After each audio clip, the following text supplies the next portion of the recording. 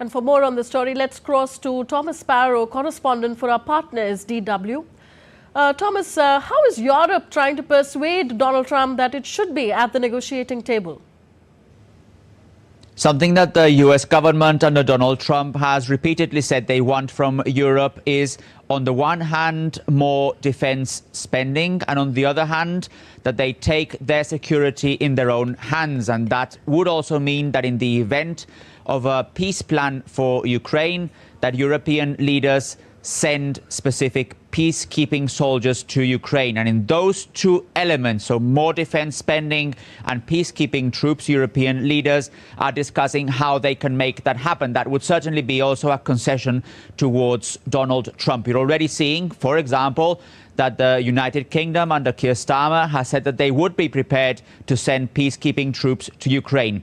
A second way in which they would like to persuade Donald Trump that Europe should be at the negotiating table is by strengthening personal links with Donald Trump himself.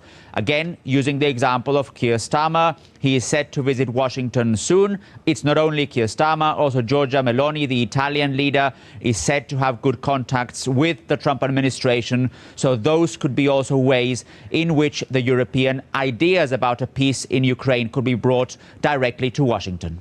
Okay, Thomas, Germany will hold national elections at the end of the week. How big of an electoral topic is the war in Ukraine, and in particular, Germany's support for it?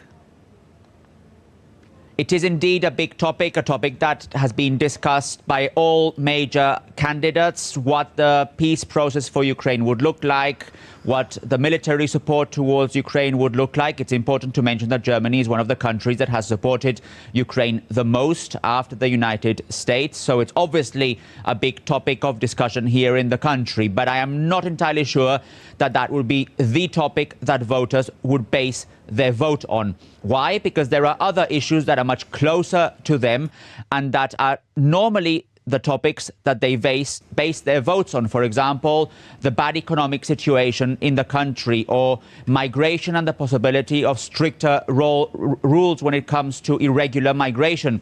Those are two topics that are very controversial, not only here in Berlin, in other parts of the country as well, and that will probably determine how many people in the country vote on Sunday. Despite this, obviously, the situation in Ukraine, military support towards Ukraine, political support towards Ukraine remains a very important issue, especially for political leaders as they determine what role Germany will take once the election is over.